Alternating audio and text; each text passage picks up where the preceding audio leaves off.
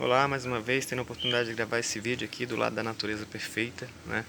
É um privilégio para mim muito grande que possamos colocar em prática a escritura que a gente vai compartilhar aqui, que possa tocar nos seus corações. Vamos orar. Querido Deus e nosso Pai, Senhor, queremos te agradecer, Senhor, por esse dia maravilhoso, agradecer, Senhor, pela natureza perfeita, agradecer pelas nossas vidas, Senhor, pelo Teu Evangelho, pelos Teus ensinamentos, pelo Teu sacrifício expiatório na cruz, Pai, a qual nos resgatou da morte eterna, da morte espiritual para a vida eterna contigo. Que o Senhor possa nos conceder sabedoria, humildade, paciência, que possamos perseverar no Teu caminho para que um dia possamos morar contigo. Essa oração deixamos em nome de Jesus Cristo. Amém. Amém. Então, assim, essa semana eu procurei uma escritura que pudesse estar passando para a gente aquilo que estamos vivenciando no mundo atual, né? Que está lá em 2 Pedro, no capítulo 2, no versículo 4, que fala assim, ó: porque se Deus não poupou os anjos que pecaram, mas havendo-os lançado no inferno, os entregou às cadeias da escuridão, ficando reservados para o juízo. E não poupou o mundo antigo, mas preservou Noé, o oitavo na arca, pregador da justiça, trazendo dilúvio sobre o mundo dos ímpios. E condenou as ruínas da cidade de Sodoma e Gomorra, reduzindo-as cinza e pondo-as para exemplos que vivessem impiamente. E livrou o justo Ló, enfadado da vida dissoluta dos homens abomináveis, porque este justo, habitando entre eles, afligia todos os dias sua alma justa, vendo ou ouvindo suas obras iníquas. Assim sabe o Senhor livrar da tentação os piedosos e reservar os injustos para o dia do juízo, para serem castigados. Muito forte isso, né? Você viu que isso demonstra muito as nossas escolhas, o que estamos fazendo, né? E o que podemos esperar das nossas escolhas. Se fizermos escolhas certas, automaticamente estaremos recebendo bênçãos. Se fizermos escolhas erradas, estaremos sendo amaldiçoados, com certeza. Mas não porque Deus nos amaldiçoou, mas porque foi fruto das nossas escolhas. Você viu que Deus destruiu no mundo no começo do mundo, Deus destruiu aquele povo lá que da época de Noé. Por quê? Porque eram bonzinhos? Não, porque eram iníquos, porque não aceitavam a Deus, né? Viviam pelos seus próprios preceitos, eram idólatras e não queriam saber de Deus. E aí Deus enviou o dilúvio, mas ele deu uma condição para que o povo se arrependesse. Noé foi lá e pregou para eles e eles não aceitaram. E ainda mandou construir uma arca, porque quem tivesse se arrependido poderia entrar na arca, mas assim mesmo eles não quiseram entrar. E quando Noé foi praticamente, sabe, apedrejado, Noé foi, sabe, serviu de chacota para aqueles povos lá que achavam que, como que num deserto, como é que vai chover tanto, como é que, já que não chove na terra, por que vai haver um dilúvio, né? Esse homem está doido. Mas Noé passou muitos anos fazendo a arca porque ele sabia que aquela terra, que aquela humanidade ia ser destruída. E mesmo assim as pessoas tiveram tempo de se arrepender e não se arrependeram. E aí veio o dilúvio e todos morreram. Quando eles tentaram se salvar, a arca estava fechada pelo anjo e não entrou ninguém a não ser as 8 pessoas da família de Noé que foram salvos.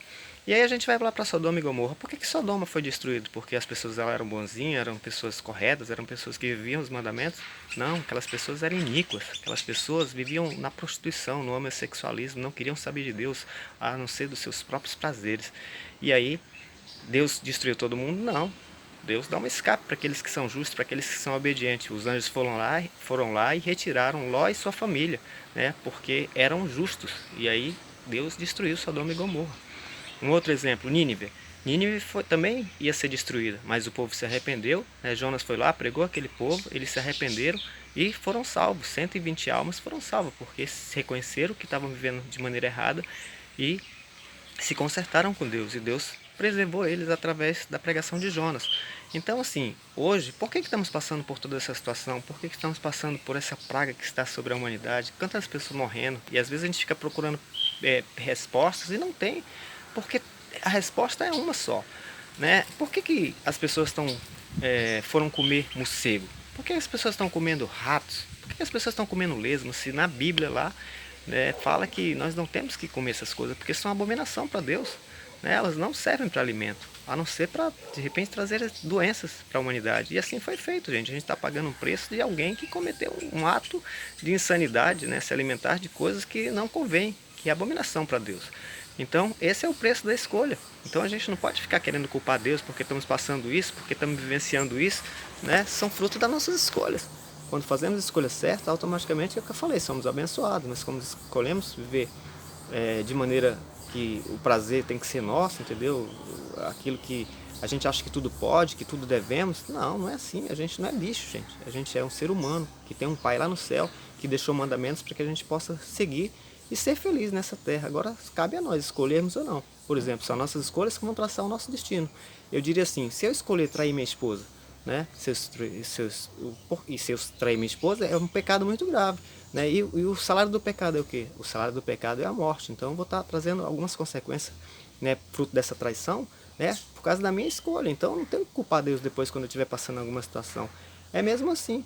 Então Deus, ele não fica feliz em ver a gente, pessoas morrendo, em ver pessoas sofrendo. Né? Ele sabe, a Escritura diz que o povo sofre porque não ouve os mandamentos, porque não cumpre os mandamentos de Deus. Então, é isso que está acontecendo no mundo hoje. O mundo se afastou de Deus. Todas as épocas da Terra, da humanidade, todas as vezes que as pessoas se afastam de Deus e começam a ver os seus próprios preceitos, Deus, seus próprios caminhos, Deus se afasta e essas pessoas vão pagar o preço. E a gente está pagando um preço muito alto, porque alguém fez algo errado. Então, assim, Deus, ele vai preservar as pessoas que são justas, com certeza, como tem preservado. E tem pessoas boas também que estão morrendo que a gente não sabe o porquê. Mas um dia, quando formos embora dessa terra, morar com Deus, a gente vai saber todas as respostas. Todas as coisas a gente vai ter conhecimento do que está acontecendo hoje nessa terra e por que aconteceu. Né? Então agora só resta a gente cumprir os mandamentos, só resta agora a gente fazer a nossa parte para com Deus, para que a gente possa, sabe, alcançar principalmente a salvação e a vida eterna. A gente não pode ficar questionando Deus porque estamos passando isso, porque estamos passando aquilo. Com certeza, tudo que passamos nessa terra é porque escolhemos, fizemos as escolhas erradas, fizemos as nossas escolhas. Então não vamos querer culpar Deus, culpa você mesmo, se arrependa, busque a Deus, pergunte a Deus em que você pode melhorar, porque se Deus salvou o povo de Nínive, ele pode salvar a humanidade também, o povo que está vivendo nessa época.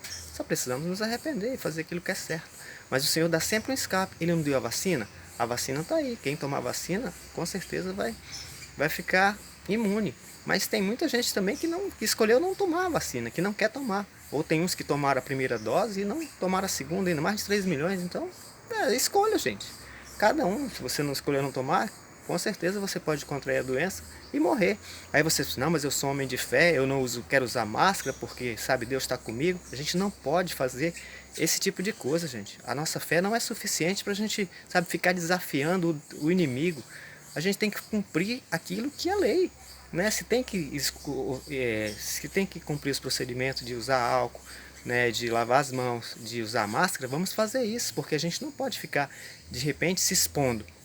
Tem uma escritura lá em o apóstolo Paulo, quando ele saiu do naufrágio, né, ele foi mordido por uma serpente. Aí os bárbaros que estavam na ilha disseram, esse vai morrer, escapou do naufrágio e vai morrer com a morte dessa víbora. Uma víbora venenosa mordeu ele, uma cobra. E não aconteceu nada com ele, mas ele não desafiou, sabe, a doença, ele não desafiou a cobra. A cobra foi um acidente, ela picou ele e não aconteceu nada com ele, porque Deus preservou ele, não foi ele que foi lá desafiar Deus, não, só de Deus eu vou... Não, gente, façamos o certo, sejamos obedientes em tudo, para que a gente possa realmente ser um bom cristão cada dia. Que Deus abençoe grandemente a vida de vocês, que essa mensagem possa ter tocado no coração de vocês, que possamos colocar em prática, possamos colocar Deus acima de tudo.